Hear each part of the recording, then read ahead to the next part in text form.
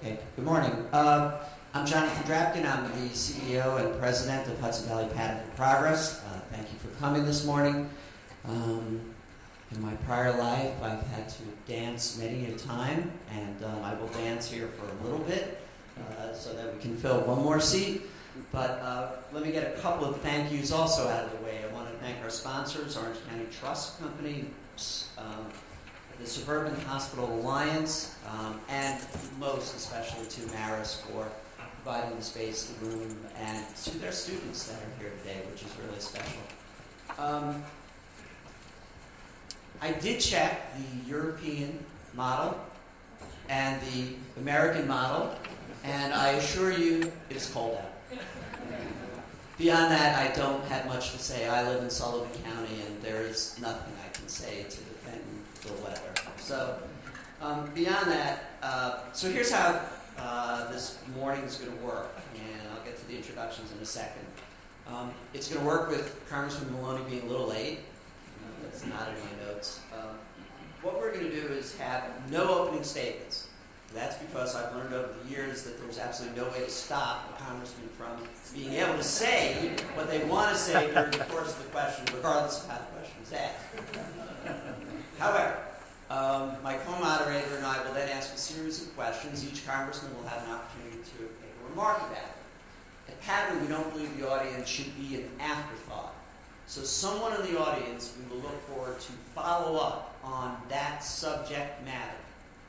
If we try to engage in a speech or a different subject matter, we will cut you off. But we want to get you into the conversation right away and not, gee, we have 3 minutes left. Does anyone have a question?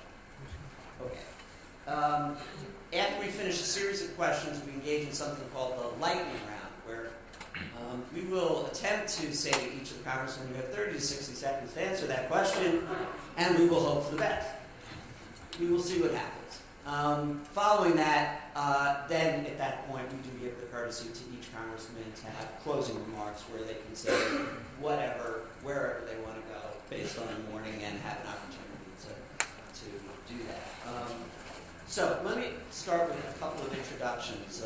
First of all, my co-moderator,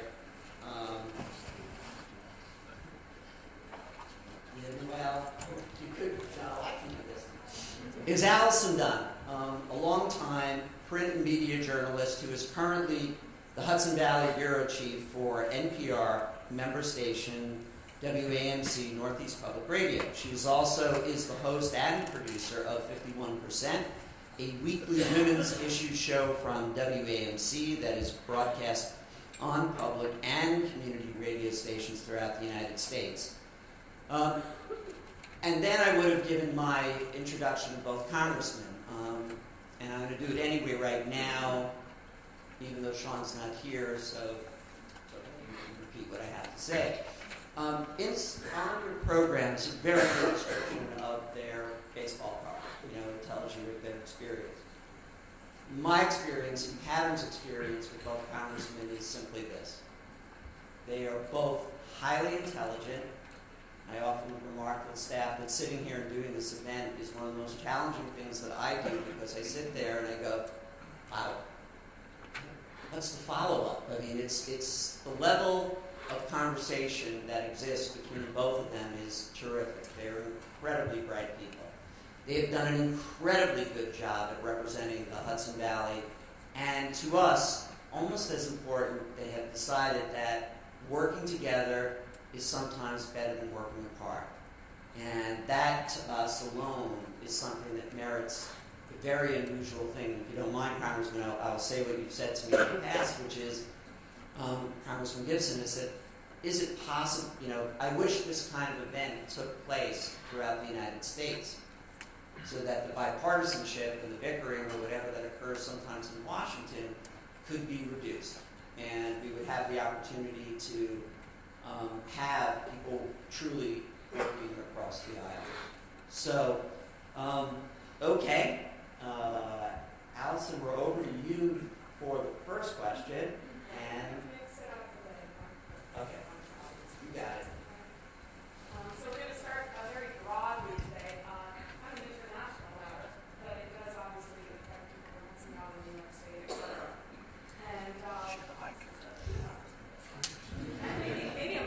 Is that better? Forgot about that. Well, this topic has to do with using military force, and we'll start with, you introduced the War Powers Reform Act, which amends the War Powers Resolution to clarify when the President needs congressional approval before deploying armed forces. And you first introduced the War Powers Reform Act in 2011. Currently, there are 30 co-sponsors of this resolution. It's bipartisan. And I want to know how you're going to reach across the aisle this time to further the bill and why you want this bill to move forward. Well, thanks, Allison and Jonathan. Let me just begin by thanking everyone for making time for this. It's a very meaningful event for Sean and I. And, I just want to commend Patterns for Progress. 50 years. You guys are in the fray here. You make a difference. There's my friend right there. Hey, Sean. Father of 3 here, and I can understand,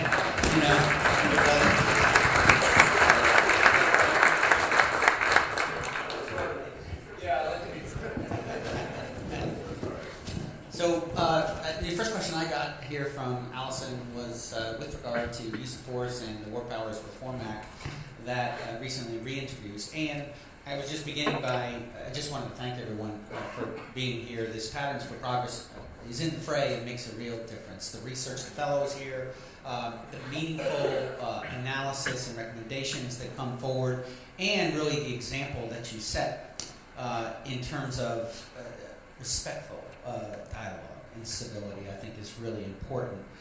Always, particularly in these times, but really, I think on an everyday basis. And likewise, to Marist College, proud to be here again. Appreciate the dynamic leadership that's here, and all that it offers for our region. I have a junior now. I know Sean's kids are working their way through the ages as well, and so she's looking at in colleges right now, and Marist is on that short list. So excited about those possibilities, but. Let me just say one last prefacing remark and just say that we're doing this event together, Sean and I, where we have a chance to listen to you and dialogue, but it's more than just an event. This is real. We work together on almost a daily basis, and we are duty-bound to do that, but it's really refreshing to have somebody who's so committed to service. And the work that we do together in the Farm Bill is making a difference.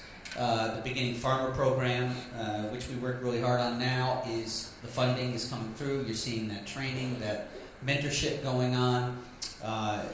Pilot programs for farm to school now going to proliferate here in the Hudson Valley. So this is an event we're doing where we're taking questions. But I want to assure you that the work that we do in Washington is something we take very seriously, and we put a focus on finding common ground to get things done. And so now to the question. 29 years in uniform, starting from when I was 17. Believe passionately and fervently in this incredible way of life. Fought and bled for the country. Believed with every fiber to protect this cherished way of life. But also of the mind that, particularly since the end of the Cold War, that we have been too quick to use force, and we take an approach more in what I would describe as like a world's policeman's role, when I think we would be better served if we thought and acted differently. Firm believer that we should lead with our strengths, our greatest strengths, our ideas, as instantiated in our founding documents. On our best day, we're not always on our best day, but on our best day, other countries want to be like us because of the possibilities that come from arraying power the way we do. And so I think we should lead with our strengths. That means diplomacy. That means empowering the State Department and commerce and trade, always backed up by the world's strongest military as a deterrent to those who would look to bring harm our way. So with that in mind, this issue of when to use force, this is something our founders really struggled with. Quite candidly, when they were in Philadelphia, they were initially predisposed to emasculate the executive. They were very much influenced by the Syrian experience of King George. And where they ultimately ended up, they said, well, we can't do that because we have to be able to defend ourselves. But you can look at Federalist 69, Federalist Paper 69, and here it's Hamilton. And why that's significant is among the three that penned the Federalist Papers, Hamilton had the most expansive view of what was going to be the future federal government. And even Hamilton said, look, you have no worries here with regard to this commander-in-chief, because the commander-in-chief will really just be like the first general or the first admiral. The commander-in-chief will not be making decisions on when we go to war. We'll just be leading the armed forces if we do. And, the founders set it out clearly in the Constitution that we were going to essentially share powers. There would be checks and balances, but that the people's representatives would be the one deciding on when to use force. Now that has changed over time. And what we have seen, particularly since the advent of the nuclear age, is we have consolidated war powers into the executive branch. And in my view, presidents from both political parties have taken us off to war without the consent of the government. And I'm a voice to try to bring back and rediscover those founding principles. And this is what the War Powers Reform Act does, because, we actually enacted legislation in 1973 that was meant to address this relationship. The problem is it was enacted over the president's veto. So no president of either party has acknowledged the constitutionality of the War Powers Resolution. Now, you may say, but I see them send correspondence to Capitol Hill. Well, it's true, but what they say in that, and my colleague's a lawyer, and I've learned to pay attention to words matter. So what the administration says, regardless of party again, is they say it consistent with the war powers. They don't say pursuant to the War Powers Resolution, and that's always because the administrations have argued it's not constitutional, it infringes on executive action. I totally disagree with that point, but it gets to why we need reform. We need reform for two reasons. One, because no president acknowledged the War Powers Reform Act, and the second is the ambiguity that came with the War Powers Resolution.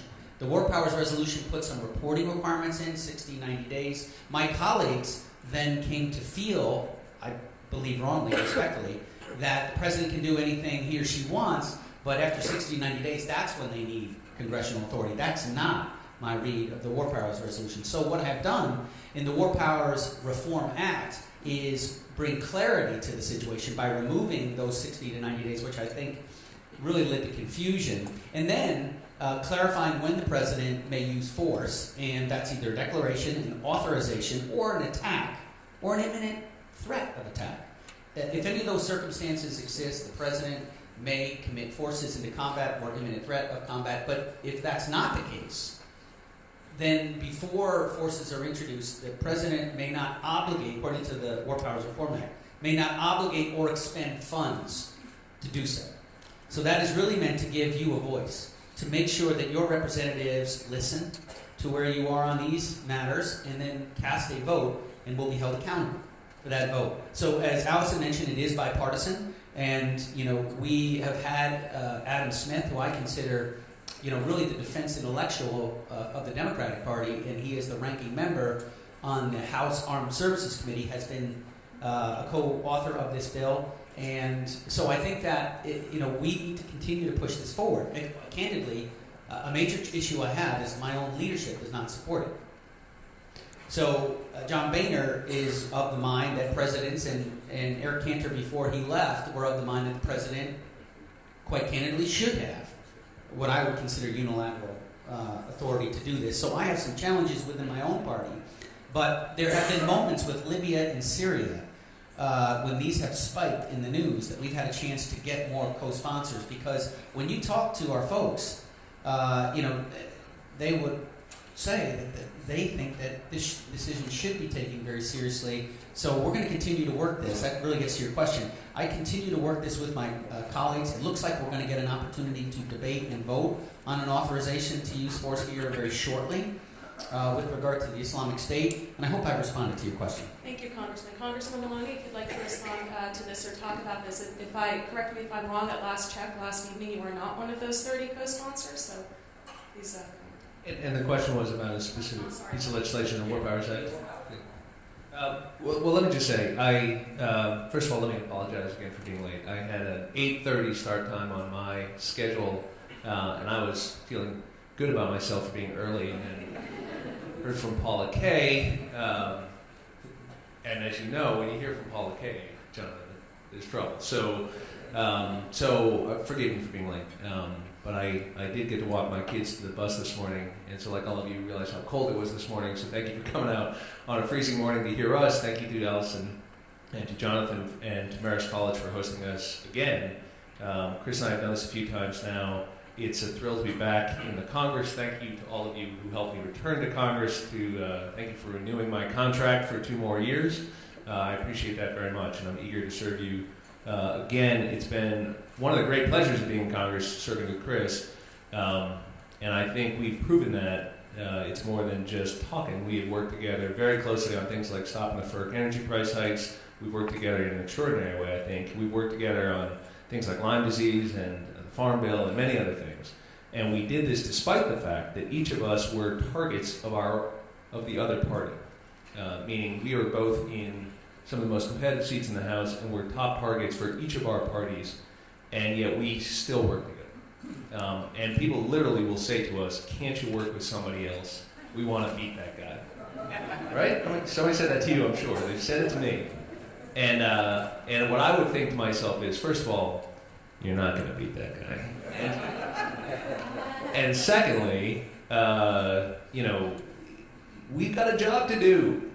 This is bigger than politics. We have work to do, and we take that seriously. Chris has always started from a place of service. His whole life has been dedicated to service. And so now that he has announced that he's not running again, I can just really fall all over him, because I never have to listen to anybody say, "Why are you saying such nice things about Chris Gibson? We're trying to beat that guy." So we're gonna. So I admire, by the way, sort of term limiting himself as well. And people have asked me about my own service, and I've said I like that approach. But typical member of Congress, I've done everything but answer the question. I think Chris said a lot of smart things about war powers and about the authority of Congress and about the authority of the executive. So I agree with almost all that. What I would say is that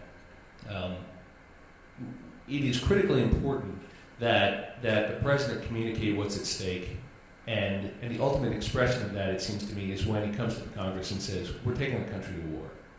And I do believe that one of the things we have been missing for more than a decade now is a clear understanding of what we're doing, where we're doing it, how long we're doing it, what victory looks like. And I'm a big fan of the Powell Doctrine, which is you commit the country before you commit the troops. You bring to bear overwhelming force. You have a clear objective, and you have a clear exit strategy. And that frame has led people like Chris and I to have serious reservations about this game of whack-a-mole we're playing on every crisis that erupts in the Middle East and elsewhere, without a strategic vision for what we're doing, and without a clear communication to the American public why we're sending their kids to war, and how long it's going to last, and when we're going to know it's over, and that sort of thing. Now, I appreciate it's complicated, but let me just say, I agree that Congress should be much more assertive in deciding when we are going to fight and when we are going to fund it. One of the reasons Chris and I opposed the initial request for the Syrian rebel training in September, was that this thing was getting stuffed into a continuing resolution, which is a stopgap funding measure of the government, at the last second as Congress was leaving town. And I'll tell you what, it offended me. And it's my own president that's doing it, but everybody in Congress is going along with it. And I was really proud of this guy and some members of my own party who said, "This is not how we should do it. It's far too serious. And do not tell me you're going to come back in December or January and have a full debate on this, because we will be in this thing, and we will be in it for as long as anybody can think. And so we better decide right now what we're doing before we get ourselves involved in another person's civil war." And my own view of it is that what we are seeing unfold is a region-wide sectarian conflict between Sunni and Shia Muslims. It has been really kicked off and exacerbated by the vacuum created in Iraq in the wake of the American Revolution, in the wake of the American invasion, and you have seen the Iranians take advantage of that power vacuum by installing their own government in Iraq, by meddling in places like Lebanon and Syria, through funding Hezbollah, through the actions they're now taking in Yemen, and the solution to this is not going to be ad hoc American action everywhere this thing erupts. The solution to this is going to be an understanding between the Sunni powers, Saudi Arabia, the Gulf states, Egypt, Jordan, and the Shiite powers, principally Iran, about what the balance of power is between those two sectarian forces. And that will not solve everything, but it will stop the primary funding sources that are driving and fueling a lot of the violence. Because a lot of what we see is not grassroots violence. It's being funded. There's an industrial mechanism behind it and funding streams. And if you stop those, you will reduce this thing enormously. So that's what I'm looking for: is a strategic framework for how we as America, as a great power, facilitate the Sunni and Shia powers, along with our allies, into reestablishing a balance in the Middle East where peace can be restored, or at least where the conflicts can be greatly reduced. And I will not support the kind of slouching into conflict that we've seen in the past, where we wake up and we find ourselves spending hundreds of billions of dollars, getting thousands of kids killed, and wondering whether we're better off or worse off. And so that's where I come from on that. And I want to be a little terse because I know you got a lot of questions, and he and I tend to go on, so I'm going to stop there. But Chris and I agree that Congress has to be a check on this. Will you sign on to this bill? Yeah, I have to look at the specific provisions of it. I think I will, but I don't want to commit to that publicly without reading it. Because you just reintroduced this? Was I on it in the last Congress? I'll tell you that all his actions, No. I believe that once, there's 20,000 bills that get introduced every Congress. I think once Sean has a chance to put a little more time into reading it, I think he probably will be on, because his actions and these votes that he's talking about have mirrored But what's just, we can do this right here. What's the difference between this and the existing War Powers framework? Two things. One is it brings clarity. I think there's been ambiguity by the 60, 90-day piece of it, which has led some of our colleagues to think that presidents, he or she may put us into combat anywhere, and then 60 days later we make a call. I don't believe at all. And I looked at the intent of the War Powers Resolution, so we bring clarity to that. And the second thing is that we put some teeth into this, because once we provide clarity, we say that a president may not obligate or expend funds to put troops into combat or imminent threat of combat unless there's a declaration, an authorization, or an attack on the United States or imminent threat. So the teeth is the funding piece of it. Right. So that requires like for example, to put a finer point on it, Libya. Didn't think Gaddafi was a good guy at all, but I also didn't think that bombing that country was going to bring the kind of strategic ends that we thought that we could pursue there. But regardless, there should have been a vote in the United States Congress if we're going to go to war. If we're going to, and this is another issue, is definitional. When you engage the State Department, they said we're not going to war, and I said, well, you're dropping. If another country dropped a bomb on us, what would we view that as? We view that as an act of war. We're dropping bombs on another country. Those are actions that really should be debated by the people's representatives and taking a vote. So this bill. She's going So to there ask you have us it. more We than have one a question, list David. of topics that So that our bill really would make Yeah, I sure like that it. there's I like it. And the key is just preserving the president's authority to act in individual situations. Okay, so he's going to look at the fine print and he'll get back to you. Okay. So, I'm going to get something for this, don't worry. okay, we're going to take one follow-up question on this topic alone. There'll be opportunities for other topics a little later on, or hopefully not too much later on, right? So does anybody want to ask a question about this War Powers Resolution? Anybody? Follow-up question? I have a question. Besides yourself, how many directions are you Congress? That's not a good question. Yeah, so good question. In the 1970s, almost 80%, it was like 78% of members serving had not only served in uniform, but had been in combat. And today that number is in the teens.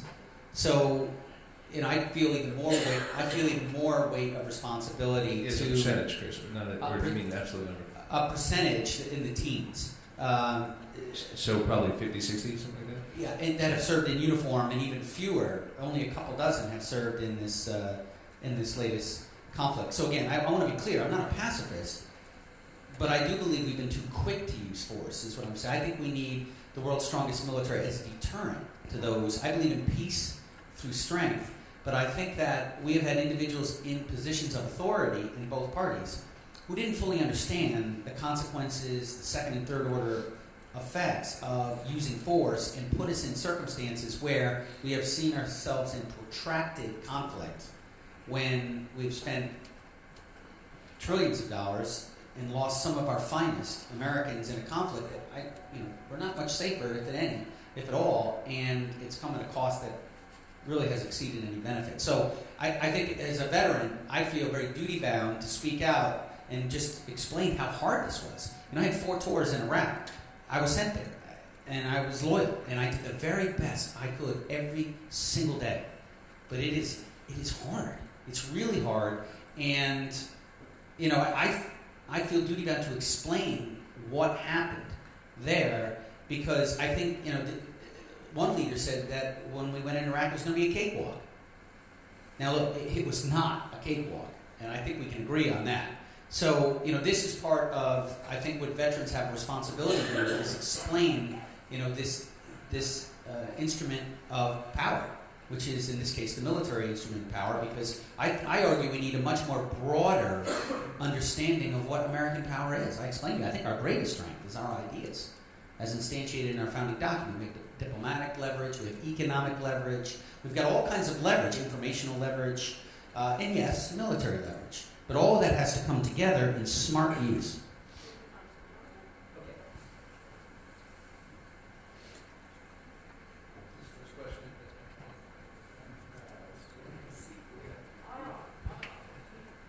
Hello, okay. And just so you understand, so, federal government, war powers, but it's your kids.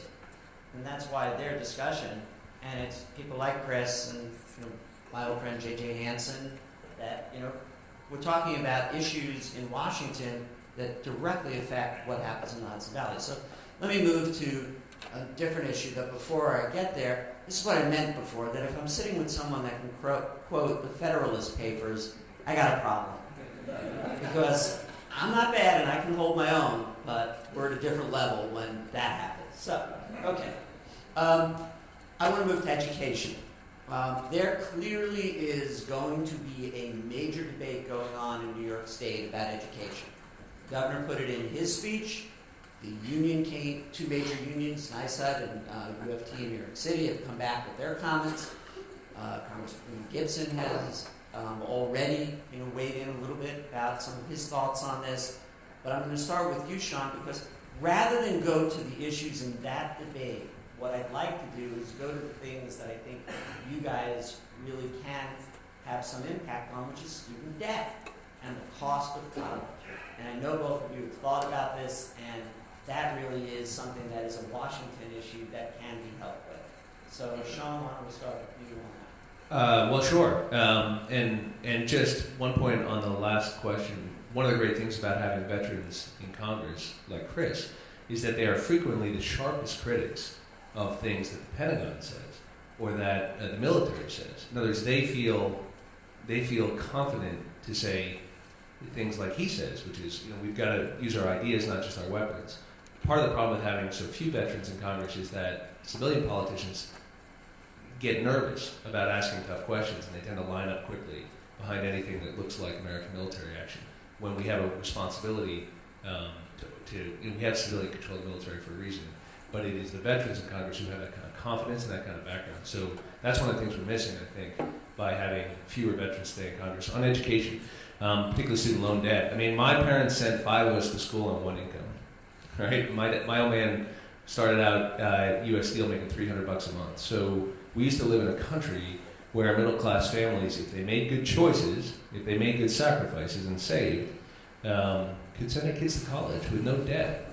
We didn't have any debt coming out. And it's not because my folks had, millions and millions of dollars. It's because they saved every day of their life, but they could do it. And they could send 5 of us to school. And I had a sister, there were 6 of us, who had very serious developmental disabilities, and I had to take care of her. I think it must be the most difficult thing in the world for a middle-class parent to think, I'm doing everything right, I got a couple of kids, there's no way I can ever pay for their college. And for a kid to think, I'm going to come out with $100,000 in debt or more, does this make sense? Does it even make sense? And so what we have to do in America is we have to make education available and affordable, and we have to align it with employment. I think labor, I see some friends from labor in the room, I think labor does a great job of this, of letting guys get a job that they can support a family on with some decent wages and benefits, but keep getting training so you can improve your income, so you can improve your education level, so you can go back to school if necessary. But do it while you're working. Do it without debt. Do it so that you can support your family while you're building skills. That's what I'd like to see more of in our higher education policy. I applaud the president's effort to elevate the role community colleges play, and to say we ought to make this really accessible and affordable. It's a fair question how you pay for that. You have to do it within a balanced budget plan and within a fiscally responsible way. But the idea is important. The idea that every kid who gets through our public education system, whether it's community college or ought to be able to find a job and support a family. And part of that is not carrying a huge ball of chain behind you called student loan debt. But in a world where we have student loan debts, we should allow our kids to refinance those rates down to today's lower rates. Nobody should be paying 9 or 10% on a student loan right now. That's appalling when money is so cheap. That's number one. We also ought to let kids know right up front what the total all-in cost is of the loan. There ought to be one rate for the whole life of the loan. And we ought to have broader forgiveness of student loans if kids are going to serve their country, the military, as teachers. I'd like to see it for starting farmers, for young farmers who want to go on the land. There are ways that the rest of us can take some of this burden off kids who are going to serve their country, because you just can't make a choice to serve your country if you got to service $100,000 in loans, right? You've got to go into a different profession to make money, and we're all hurt by that. So there's a lot we can do on the federal level on this. I think a lot of it's at the state level too, but I do believe that if there's one issue that gets every head nodding in a group in a group like this, I mean, how many of you have kids in college right now? Show of hands. Right. How many of your kids have student loans right now?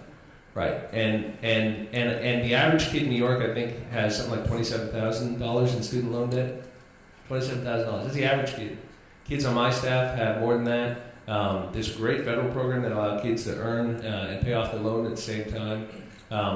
We cannot saddle a generation of American kids with so much debt coming out of school. It is really going to hold them back from life, and they're going to be living in all your houses, right? I mean, everybody's got a kid living at home because they can't afford, right? They can't afford a mortgage or a rent payment or a car payment.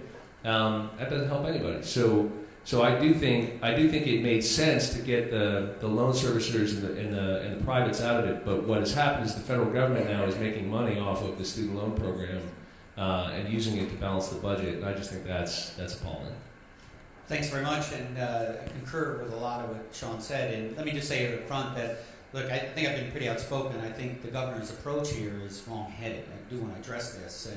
In my lifetime, when I've led organizations, when you try to bring about organizational change, what I have found through experience is that a leader who listens, who is able to enunciate a vision that really speaks to the organization so that everyone has buy-in into this vision, and then works within the organization, getting out in front of the formation and leading it while you have a shared vision. This is the best way towards success. And so when you're talking about education, one thing we all agree on is we want excellence. We want excellence. And we recognize we're not at a perfect state today, so we can improve. But taking a punitive approach, the APPR and all the threats and everything like that, I can't imagine as a commander issuing an order, finalizing an order, without first, in the rehearsal, listening to my soldiers and non-commissioned officers and modifying where I'm getting impact, where I'm getting feedback from those who are going to execute the order. So, this approach where, look, I'm going to tell you what to do. I know you're the profession, but I've got all the answers. I'm going to tell you what to do, and you have no choice on it, and I'm going to penalize you. That is not going to get this done. He's going to ultimately end up being frustrated. So, and then with regard to funding, which is the other piece of this, I would say that two things. One, certainty. So withholding that information when the school boards they're legal. They're legally bound to come forward with budgets, and they can't even complete their budgets without this information. And then, so there's the certainty piece of it. And the second is really fairness. Particularly in rural areas, the gap elimination adjustment has really hurt us in upstate New York. And given the fact that we have now, because of settlements with the financial services sector, $5 billion here in the state, the up to $1 billion that is the gap elimination adjustment should be done away with. And that will help, because when, and I've been very consistent on this. This is not anything new. Since the moment I retired from the Army, I was an outspoken critic of No Child Left Behind. Now, that was a Republican president. George Bush, I think he meant well. His wife was a teacher.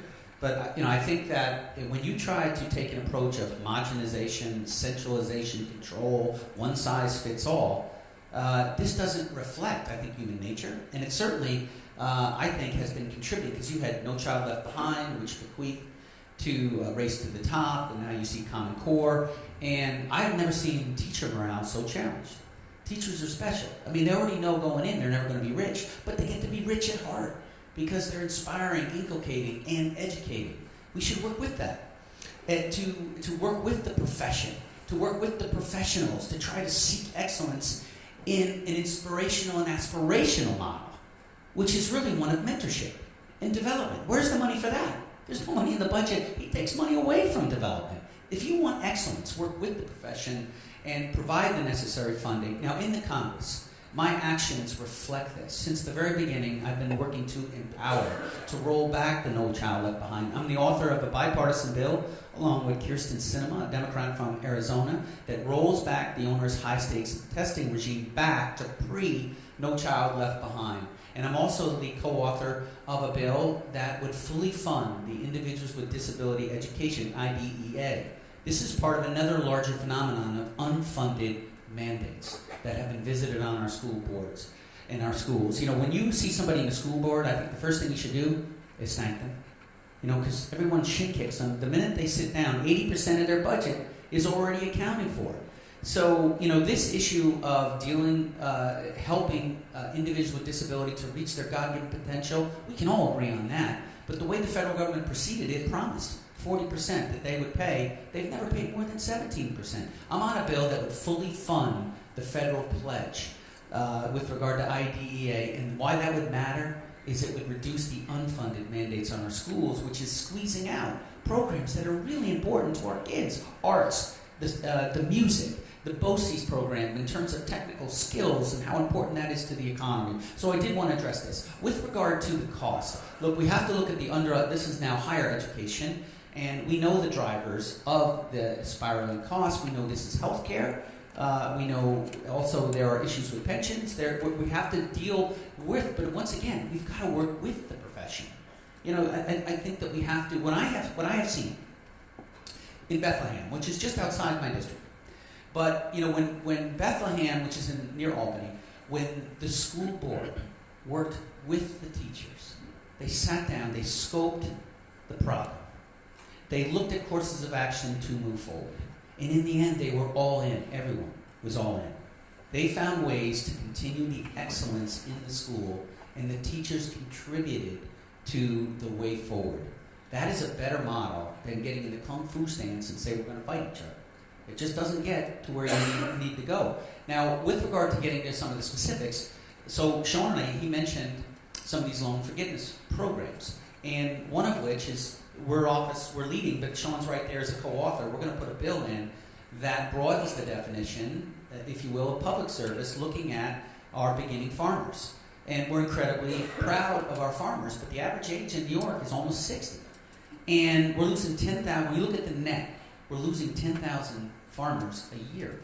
We can't sustain these numbers. We're going to end up with a national security issue, and we're going to end up guarding food. This is not going to happen, but we could potentially end up guarding food the way we were guarding oil, essentially. We need to get out of that business of guarding oil and be energy independent and never get into the business of being reliant on other nations for food. This is why we're drafting a bill that what this essentially does is that if an aspiring young farmer pays their debt for 10 years in good faith, pays their bills for 10 years on their student loan. At the end of 10 years, anything that's left, providing that they meet these requirements, would be forgiven because of their commitment to being the best farmer that they could be. And this is not a new program. It's just expanding the definition, what we already have for other areas. So, that's one way. I have another bill I want to tell you I think will make a difference. And that is, we have a lot of kids today who have looked at this. And let's also recognize how blessed we are in New York. We often will be critical of the SUNY system. We have an incredible gem in our SUNY system. Kids like Hudson Valley, which is about a 35, 40-minute drive from my home, it's $5,200 a year. And look at the Max Pell Grant. The Max Pell Grant is about $5,800, a little bit more than $5,800. So for somebody who grew up in a family like mine, I was in a working class family. My parents gave me love and discipline, but honestly, they had no money to give me for college. I think over the 4 years, at one point, I got $100, and which I appreciated deeply, in walking around money, but they couldn't afford it. And that Pell Grant was helpful to me. That's why we need to keep it strong. But you know what? I worked at Key Bank, worked in the National Guard, got money from ROTC, and I got money from the state, and then I had to take out loans. I had about $8,000 of loans. This is $1,986, and then I paid it back when I was in the U.S. Army. So I think we need to keep these programs strong, but then there's another thing that we can do, this Pell Grant. So we have students today who, as juniors and seniors in high school, are going into what's called early college. And Bard College, for example, we're incredibly proud of them right here in the Hudson Valley. Leon Botstein, Dr. Botstein, has got already 3 early colleges, and he's looking at a 4th in Kingston. And why this is important is that you have juniors and seniors in high school who are already getting AP courses, but now they can go into early college. It's a way of saving money ultimately to get that 4-year degree. But you know what? In law right now, they cannot access their Pell Grant. Now that's their Pell Grant. So I have a bipartisan bill I've introduced with Marcia Fudge that allows those students to get access to their Pell Grant.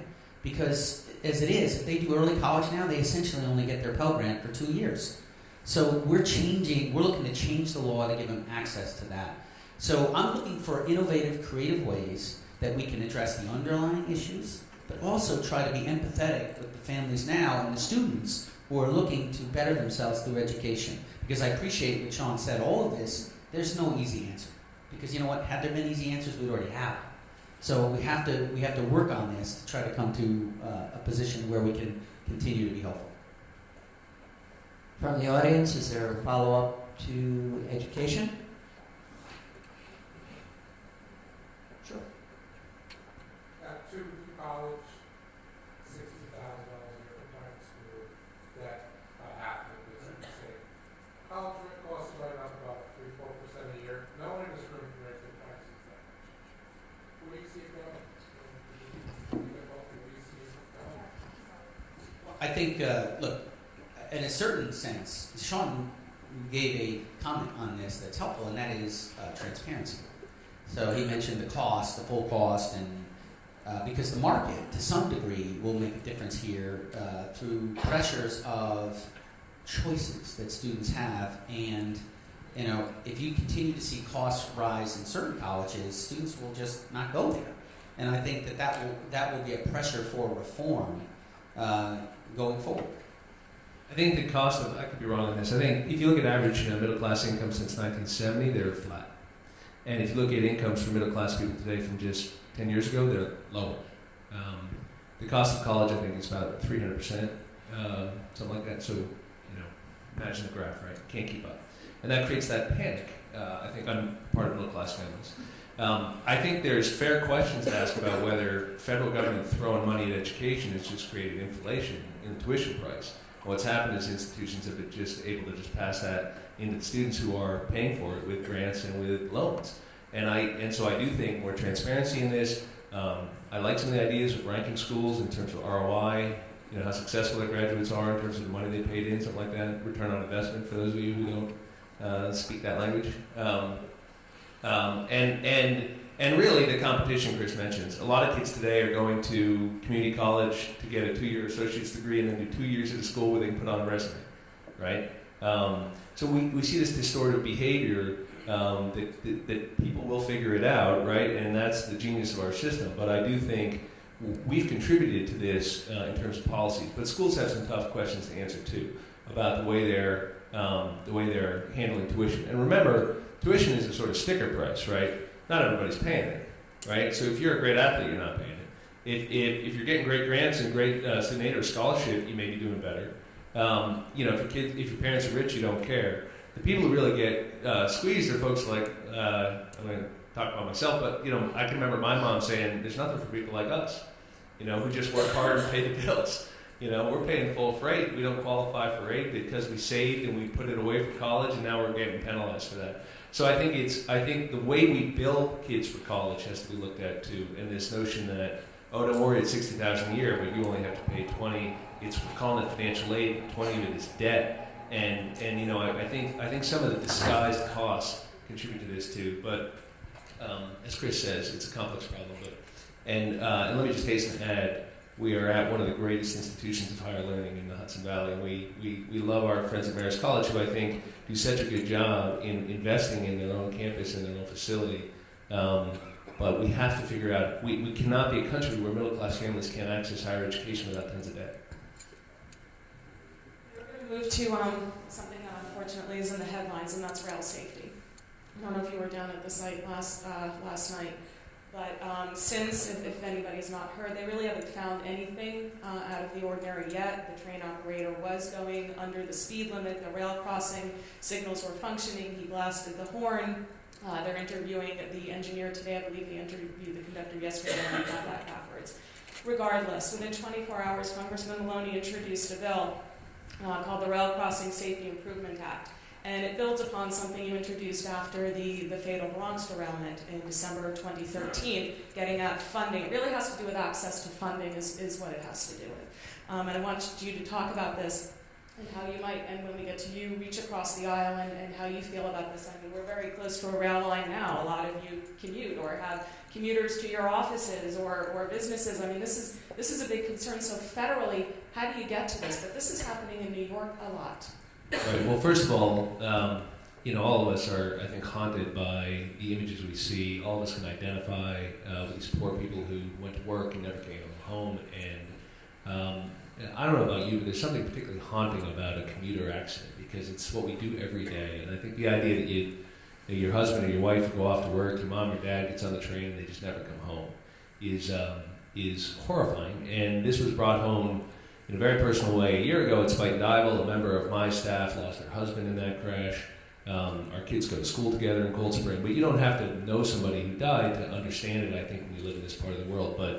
But it certainly got us interested in it, and so we introduced legislation last year to speed up, to get what's called positive train control on all these trains. It's real simple. It's remote control. Use Wi-Fi and GPS. It can stop the train if the engineer can't, because he's zoned out or because there's a terrorist attack or he had a heart attack or whatever it is.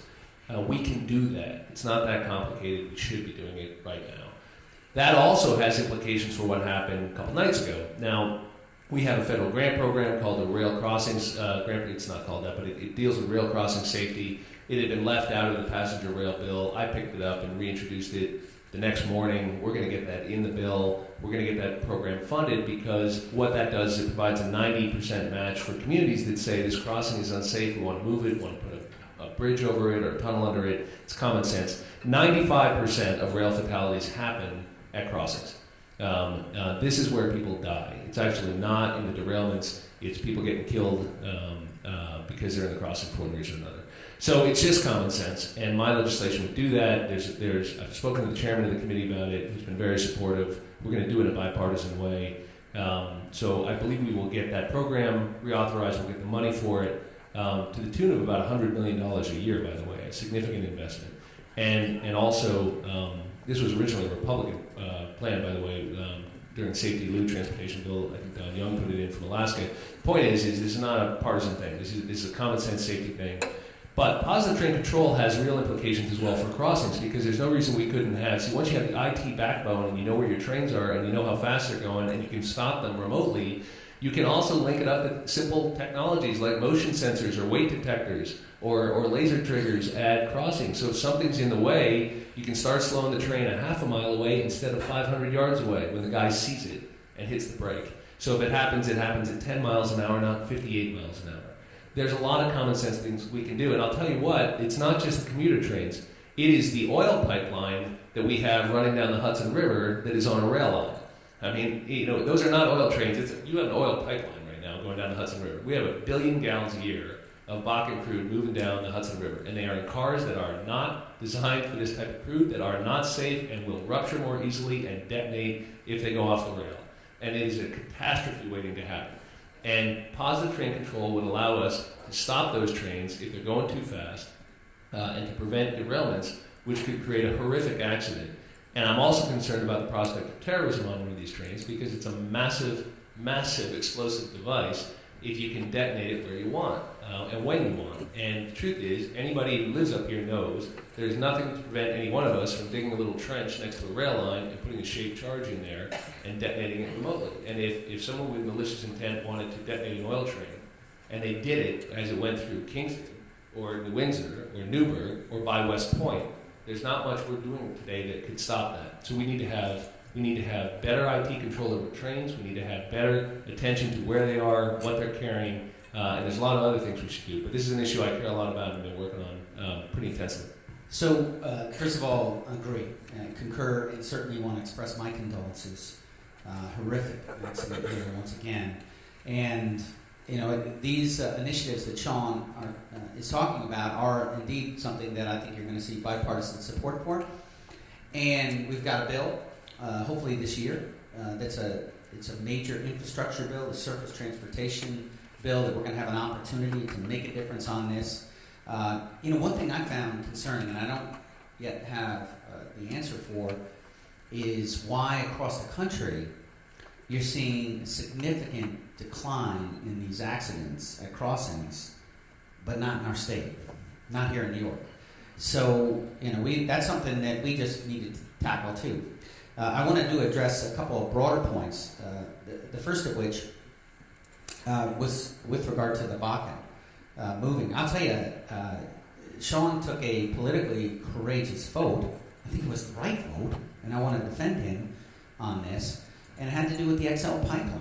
This has become, I think, illustrative of issues we have in our country, that you see the extremes really make arguments that can't be sustained with the facts, but then it pulls the country, and we end up in a very unhelpful conversation.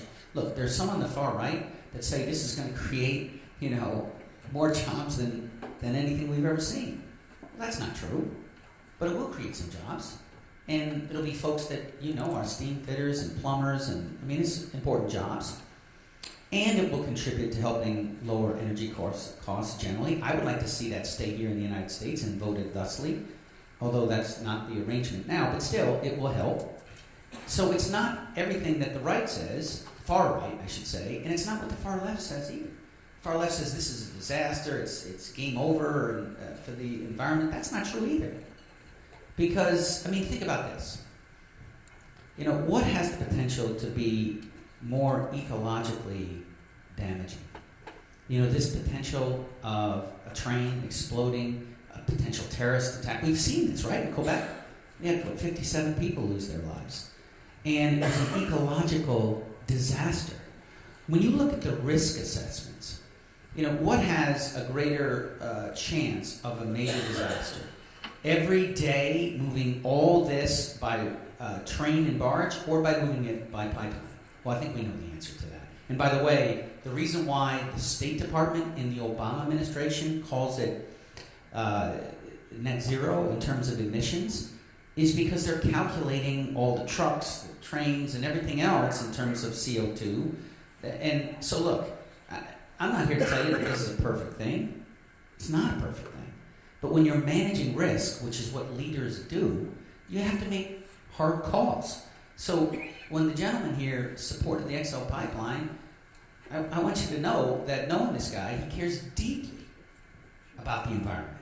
Deeply. And his record reflects that. But he was making a hard choice and managing risk. So I wanted to say that because you don't often, see, I think, a full discussion of that in the coverage. And, the other piece of this is the infrastructure. And look, a lot of talk and coverage after the State of the Union address about how polarized the two parties are. I would tell you that I'm encouraged because of what I hear conceptually in the two parties about how we can get a long-term funding bill that will be important to our roads and bridges, water and sewers, broadband, renewable energy, and mass transit. And it has to do with getting money that's overseas right now, regardless of where you are in the ideological spectrum. Economists believe that there's up to $3 trillion on balance sheets not invested in the economy, half of which, roughly, is overseas. And so, I actually joined a Democrat in Maryland, John Delaney, who did this work before coming to Congress. He was a financier of infrastructure. He's got a bill that discounts that when it comes back to the United States, providing that it's invested into infrastructure. So essentially, this sets up an infrastructure fund that will help leverage and get money into dealing with this great work that Sean has done, among other things. So I'm actually optimistic. I think that you will see it, bless you, you will see us work together and to get this done. Obviously, you do work across the aisle, obviously, else we wouldn't be sitting here. But you want to go back and you want to get others to work across the aisle and make sure that this funding is accessible for railroads like Metro North and others too, because they're saying, yeah, we'll put it in, but give us the money. This thing is so expensive, we need funding to do it. So you go back there, and how are you going to work now further across the aisle and get this? Did it take another tragedy? Did it take another fatal collision in New York to do this? Well, one of the things that happens when there's a tragedy is that people focus, and I do think it's important to make progress while people are focused, and that's what my office has been doing for the last 24 hours. I mean, it's easy to stand in front of a TV camera and say something. I'd rather do something to make a difference that's permanent. And this is look. There's a $35 billion federal financing authority called the Railroad Rehabilitation and Improvement Fund. It's never been accessed. So my positive train control legislation simply makes clear that fund is available for systems like Metro North to finance these improvements at a low cost. So some of this is just better directing and using the funds that are there. I mean, it's not like you gotta spend new money on everything that's important. One of the things I've learned in Congress is that there's a federal program for just about everything. It's often the case that it's not being used, it's not properly run, it's not directed right. So the trick is, I think, before you go try to spend new money, is to spend more intelligently the money we're already spending. I think that what drives people nuts who are paying all these taxes is they think, why don't you guys get your priorities straight? And so I just think if we invest in our own infrastructure, we're almost always making a smart call. Chris is right about the Delaney bill. I'm a co-sponsor of that as well. There's a new version in the new Congress. I think you will see that formulation as part of a solution to funding a longer-term infrastructure bill. I'm on that committee. I stayed on it for a reason. I think it's really important for the region. And so it does sometimes take a tragedy to get people to focus, but the second tragedy is not doing anything. Anybody have a question about rail safety, or I guess perhaps infrastructure even? Yeah, hi. So in addition to the horrific headline of yesterday and some of the safety concerns about what's being transported on rail overseas, we have a very simple daily quality of life issue in Kingston, the CSX running through. We have several crossings, and the trains just have to lay on the horn at every single crossing. That affects, thousands of people every day. And I'm told that it's simply because the rail system has not invested in crossings that are long enough that cover the full length of the road. If that investment was made, the rail lines wouldn't have to do that, wouldn't have to blow on their horns, affecting everyone, with increased safety. Seems like a simple fix, and that affects so many every day, several times a day. Exactly the kind of thing that could be paid on a 90-10 federal match with the legislation I'm going to get passed in 3 weeks. And this is actually an issue that my office has been involved in terms of case advocating with CSX. So it's definitely on the radar screen. You should go to your congressman who represents Kingston to make sure he helps you. You tell him that Maloney got a great bill passed, and he should. It's my next step. I just thought I'd take it. Thank you.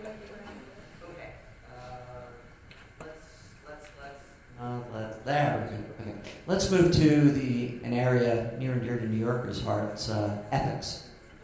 We've gone from, we've taken a beating as the electorate, and it's still going on. And New York probably isn't all that different than Washington in the whole, with the exception of the two gentlemen sitting here. But, what do we do? Is it, my brother teaches at SMU a course on ethics and tax. And we debate whether you can teach ethics. Can you teach people to behave in a certain way? And, it is, either people are moral and they understand what's right or wrong, or they don't. And if not, what else is there that we can do to supplement their understanding of what the law is? Well, let me say this. I mean, as somebody who loves the classics, this was one of our enduring questions, right? Aristotle took this on. Can virtue be... Well, can virtue be taught? I mean, that was, you go back to Socrates, Plato, and Aristotle. Aristotle said, absolutely. You do it by exposing a person to a mentor of what excellence looks like, and you get them in the habit of making good decisions day by day. Aristotle argues that over time, what you're doing, and that's the mentorship, and trades do this all the time with apprentice. You teach them, you show them what right looks like, you allow them to be an active participant in this, and then they'll go about this on a daily basis, and over time this becomes habit, becomes second nature, and I firmly believe this is in Nickel McKeon Ethics. I strongly recommend it, especially if you're having trouble sleeping at night.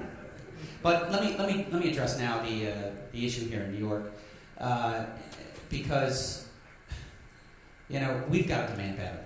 We can have better. We have to demand better. If you take a look at what happened with the former speaker, what's most concerning to me is the day after all these charges came out. So the conference, the Democratic conference, got strongly behind Silver. Why? Well, it was rational acting.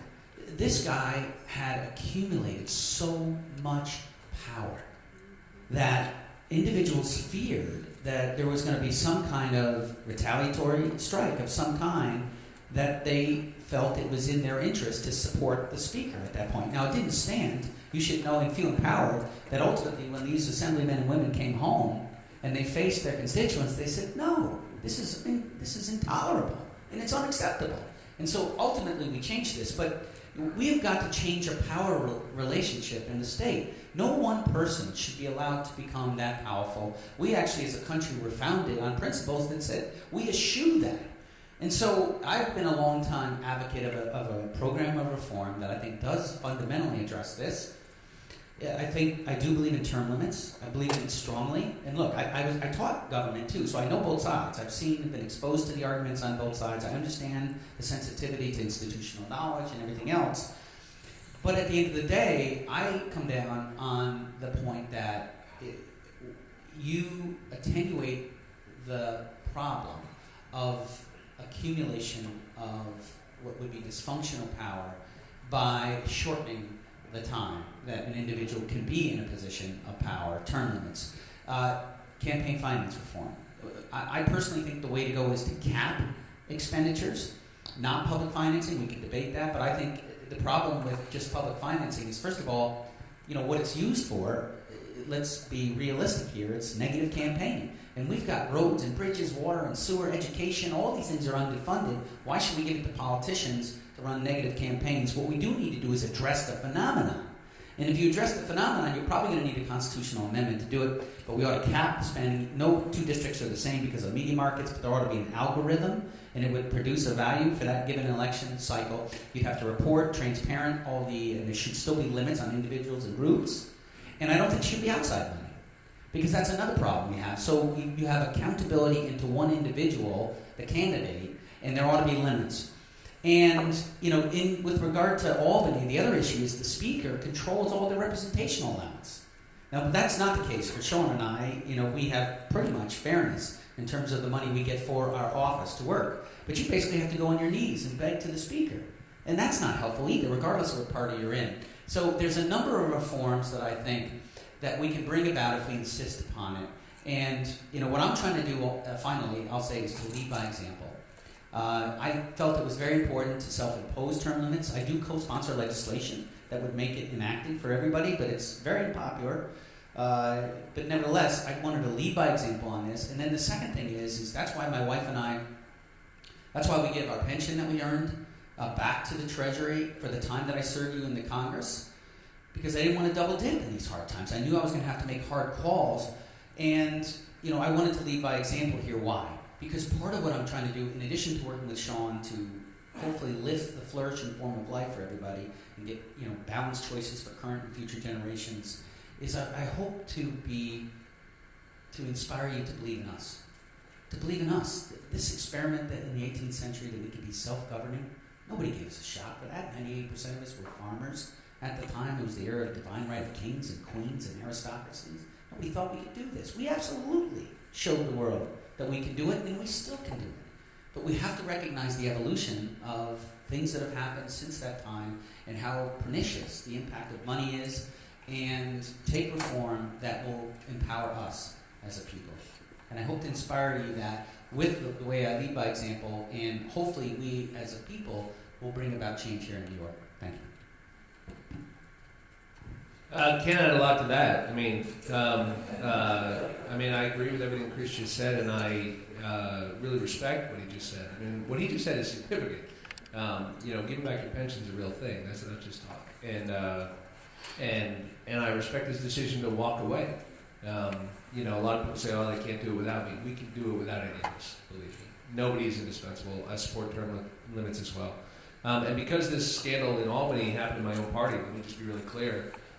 It's disgusting to me. Those of us who are doing this for the right reasons and who aren't playing games are diminished by this, and it makes you really angry because all of you look at us and say you're all the same, and we're not all the same. We're not all the same. There's guys like Chris, and if I can say so, like me, who are in this just to do this work. We believe in it. We think it's important. We get a kick out of it. We want to make a difference. That's why we do it. And when you see this kind of nonsense going on, it just makes your blood boil. So yeah, throw us all out after a fair number of years. Sign me up.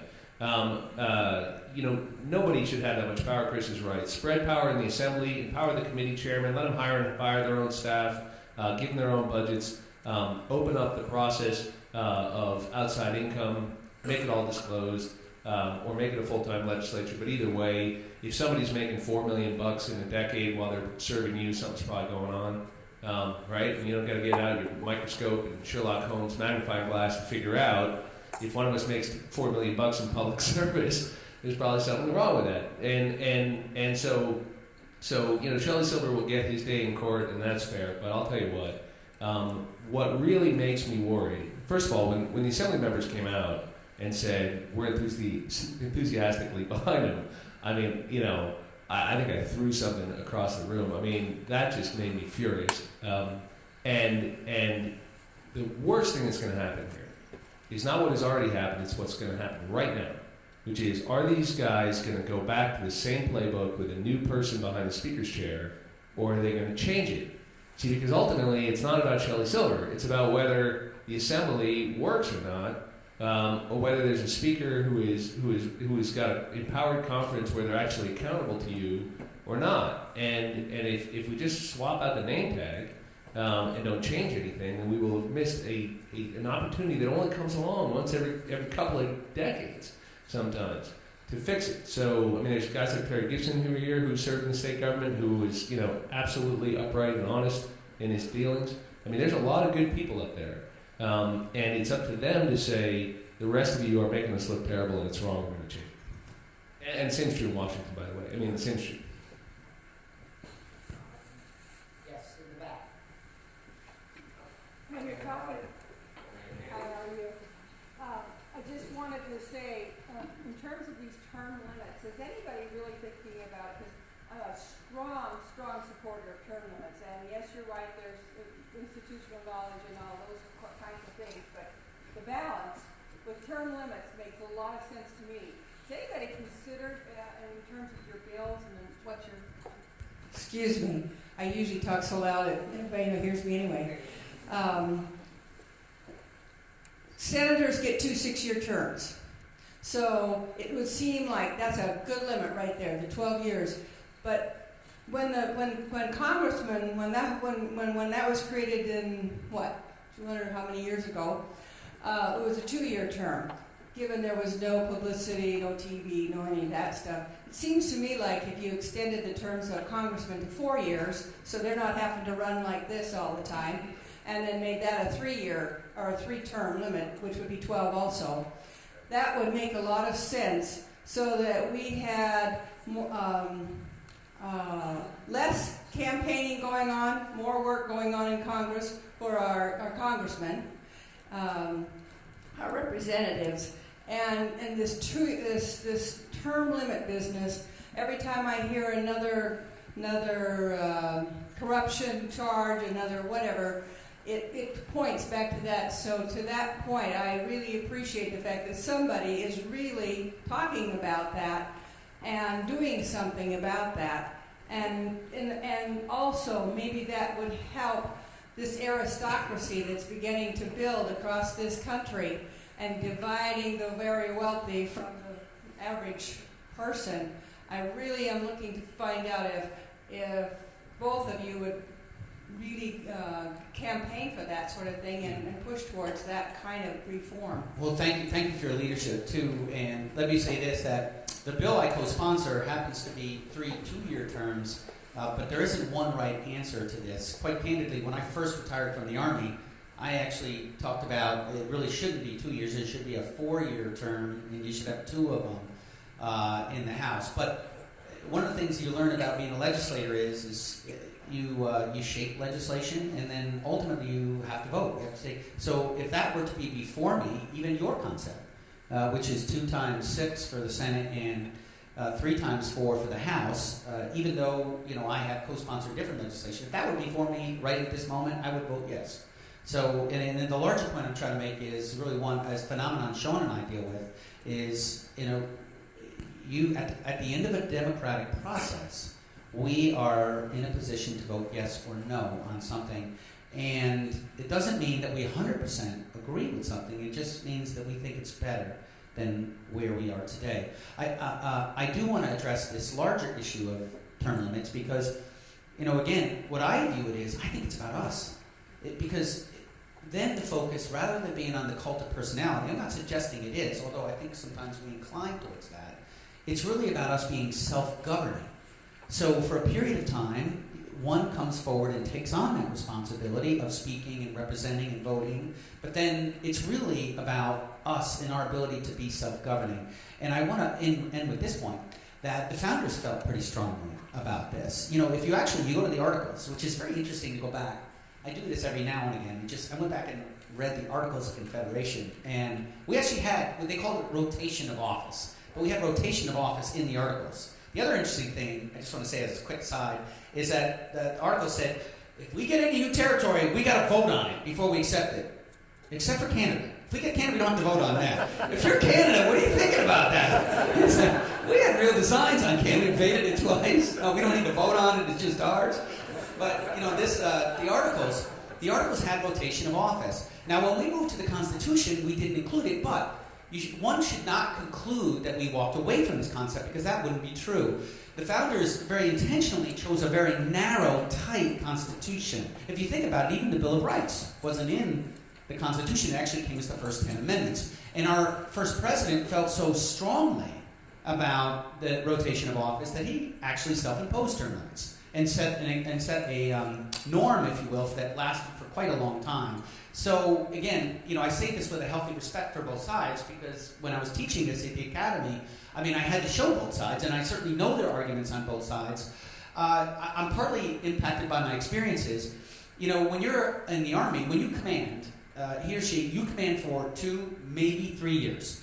And you may get to the end of that tour and just think, boy, nobody can command this outfit like me. And you go to this ceremony where there's a change of command, and you hand your guidon off, and then you start to walk off the field, and you look over your shoulder, and it's like, oh, geez, that guy's or gals, they're marching them off the field pretty good. And of course they are. And the unit actually goes on to be better.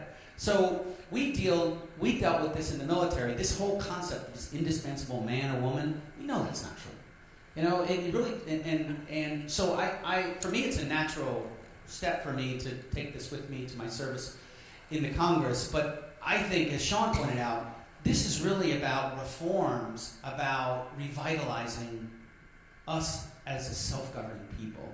So I appreciate your comments, and we'll continue to work on the issue. Thank you.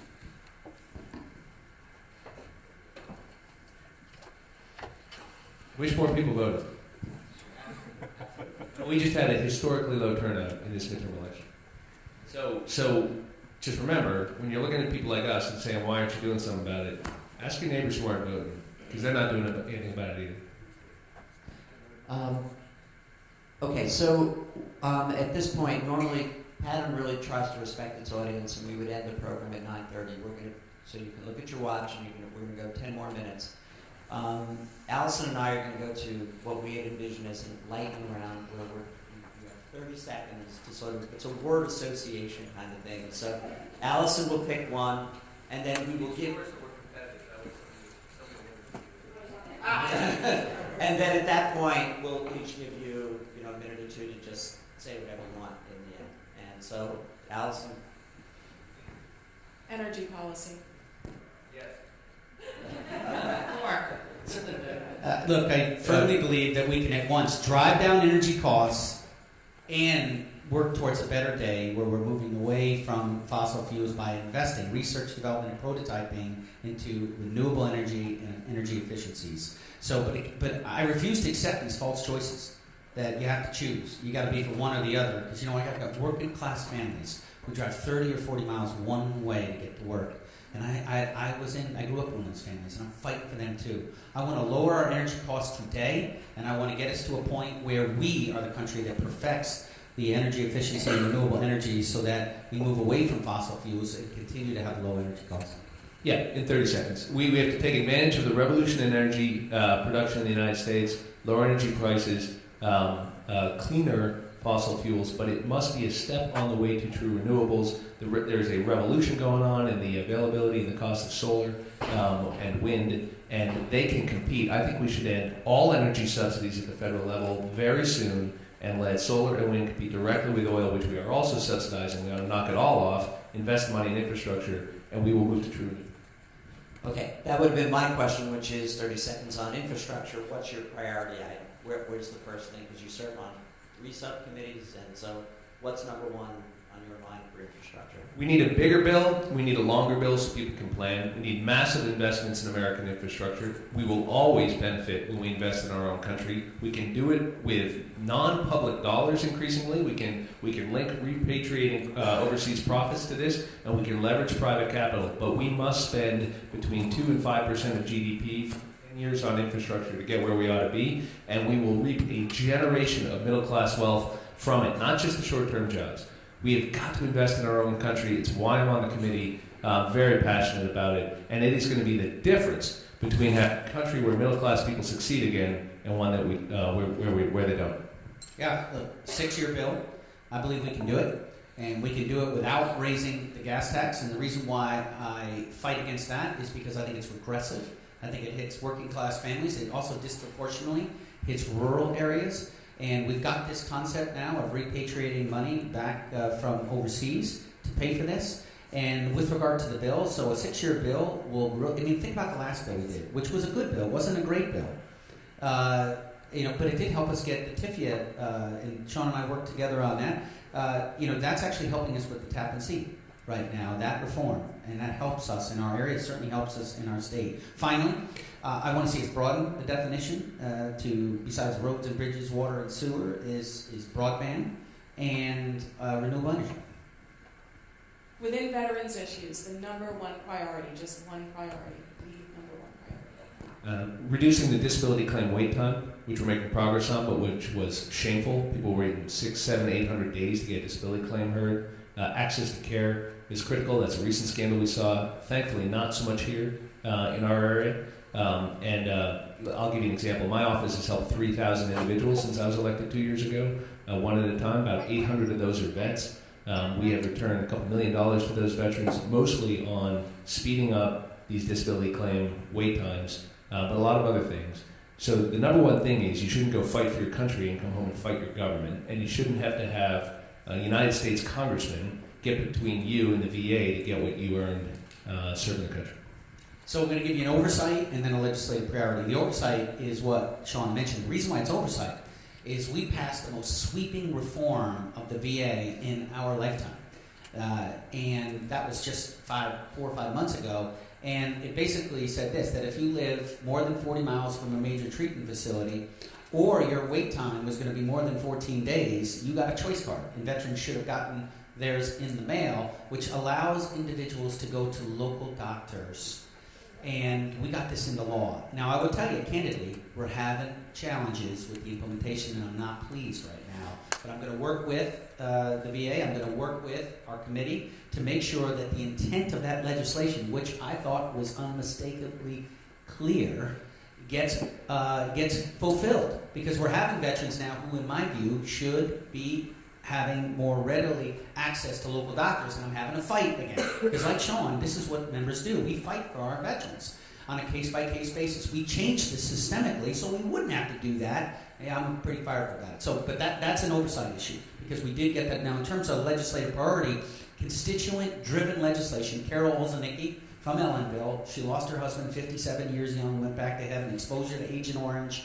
He was in the Navy, just offshore of Vietnam. It's wrong. If you served on the ground in Vietnam, you get presumed coverage. If you served just offshore, and these boats were resupplying, and they were exposed, because if you think about it, that ship was very vulnerable with forest right there. They deforested with Agent Orange to protect from mortars and RPGs. And those sailors with prevailing winds, and when they drank water, it was often reverse osmosis, which made right there on the ship, which made the Agent Orange 10 times more potent. Over half of these sailors are already in heaven prematurely. We've got a bill to fix that. It's constituent-driven from a lady in Ellenville, and we're gaining momentum. It's a bipartisan bill, and I want to see it done this year.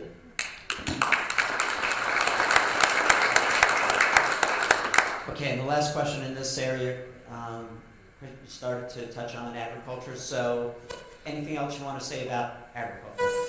Well, again, it's oversight, right? Because we passed I think a pretty darn good farm bill, and Sean and I worked very closely together on it. I just want to say Sean would never say this, so I want to say it. It's somewhat amusing.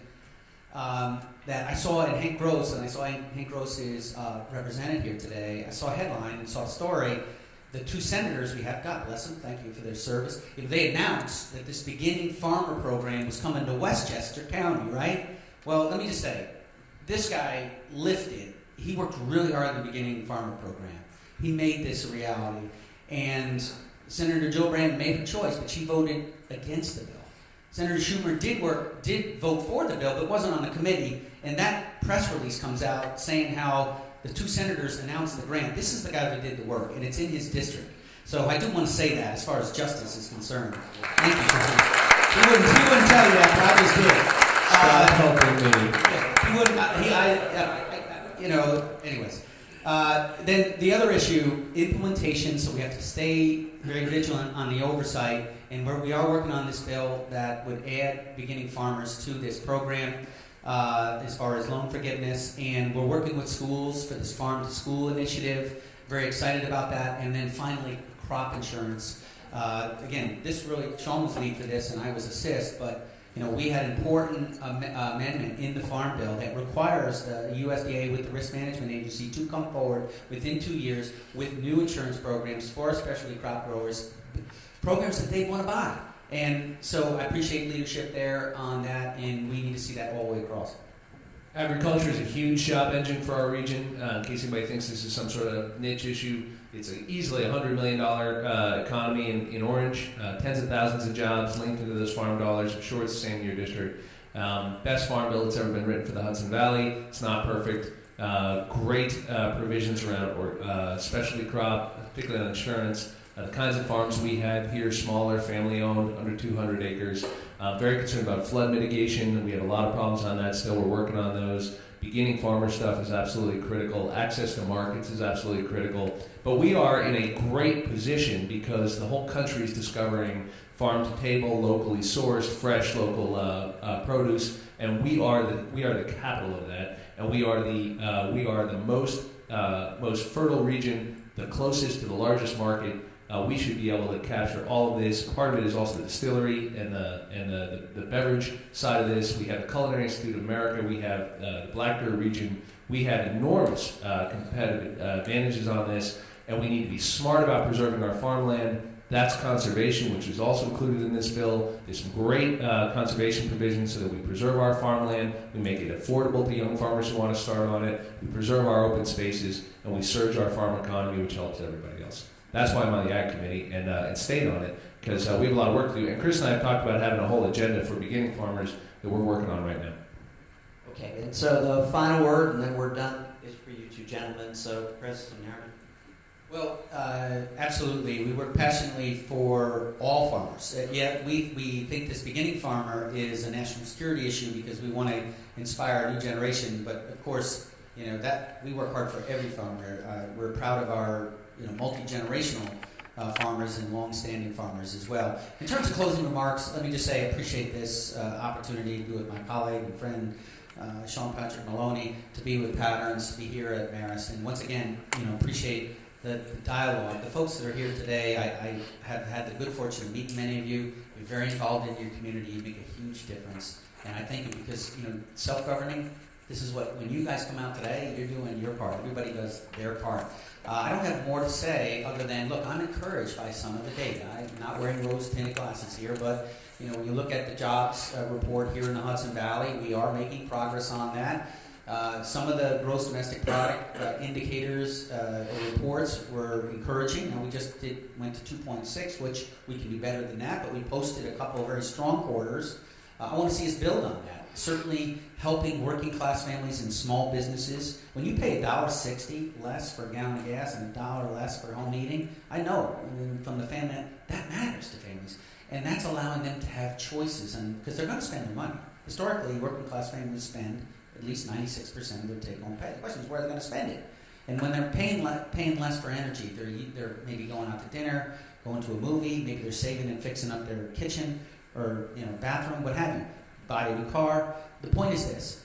Part of the reason why you saw growth in the economy is because we're empowering, on that score, working class families and small business. We've got more to do on that. But I do want to point out I'm encouraged by that. And then we can continue to work together. We hit a lot of these areas, so I won't hit them again. I want to just close with this. I talked about constituent-driven legislation. We did mention the veterans piece of it. We mentioned the Farm Bill, the broadband. I also want to mention Lyme disease. This is something very much constituent-driven. This has been a public health scourge throughout the Northeast and in our area, in the Hudson Valley. Appreciate Sean. We just reintroduced our bill that will organize the federal government better to bring forward cures and solutions. It brings transparency, more diverse scientific viewpoints. This is key to changing the guidelines, the Centers for Disease Control guidelines. We think that'll bring forward better diagnosis, better care, and better insurance company coverage. We got it through the House of Representatives last year. Optimistic, we'll do so again. We have a strategy now in the Senate, and it's very important, constituent-driven. I thank all the advocates in the Hudson Valley, the doctors who have been involved, courageously standing with them. It's a very important issue. And finally, Patty Holman, could you please stand up? Patty works for me. She's in Hyde Park. Patty, thank you. We are here to serve you. We're here to serve you, whether you voted for me or not, or even whether or not you voted. I work for 750,000 people. Every one of them is important. I hope to inspire more people to get involved one way or another. But it's a privilege and honor to serve you, and I thank you for that opportunity. Thank you. Well, thank you very much. I should point out Joe Donat and Harold Leith from my staff are here. Is anybody else from my staff here? Just these two guys. If someone has a, you can clap for them. If anyone has a specific issue or a problem you need help with, in my district especially, talk to them, talk to me. We really are here to serve you, and it's some of the best work we do is the stuff that comes from people at events like this who say, hey, why don't you do this? I need help with that. Thank you, Marist College. Thank you to Patterns for Progress. My friend Jonathan, thank you, Allison, for being here. It's kind of fun being inside. Usually Allison's outside shivering with a microphone waiting to ask a question. This is kind of nice, right? Yeah, exactly. I'll see you later today. And I always appreciate being with Chris. Listen, I hope with all the negative stuff that you guys hear, you do not get overwhelmed with worry, because as Chris was just mentioning, we are still better positioned and better equipped than any country on earth. We have an extraordinary opportunity in front of us. If we just make a few good decisions, we have incredible natural resources, incredible opportunity for energy independence. We have an extraordinary high-tech sector. We have some of the best and brightest kids on the planet. We have the best educated workforce, the best trained workforce. We need to continue to invest in our people. But if you want to feel good about your country, sit with me when we go through the service academy applications, because we nominate people to our military service academies. We have an extraordinary group of people who want to serve their country in the military, these young kids, and it'll just always make you feel better to see how much optimism, how much energy, how much hope there is still, and it's not foolish with all the problems that you see around the world with ISIS and with Ebola and all the things that cable news tries to scare us all with every day. Remember, they got a business model built around scaring you. The truth is that most people get up every day and do the right thing. They do the right thing by going to work, by taking care of their kids, by participating in their communities. And if we just make some good decisions together as a community, we can create a whole new generation of wealth in this country. Your kids can have a better life than you did. We can believe that again. And their kids can have a better life in a more prosperous, more inclusive country. I believe that with all of my heart and all of my soul. And all we've got to do is what works. And what works is working together. And what works is investing in ourselves and in our communities and our kids and being responsible and being honest and being accountable. And if we just do that, again, as we had at critical moments in the past, then all of these challenges will shrink before what is right about our country, what is right about the Hudson Valley, and we will lead the world again, not just with our economic might and not just with our weapons, but with our ideas, as Chris says. And that is our legacy, and that is our opportunity. And that is why I get excited about being able to represent you walking under the dome and sitting in the seats where people like Abraham Lincoln sat, where people like John Kennedy raised our expectations and our hopes, and we need your help. We need your help in doing that and in believing in that, because I do believe we can have our greatest days ahead of us if we just work together. And thank you for the opportunity to be a part of that.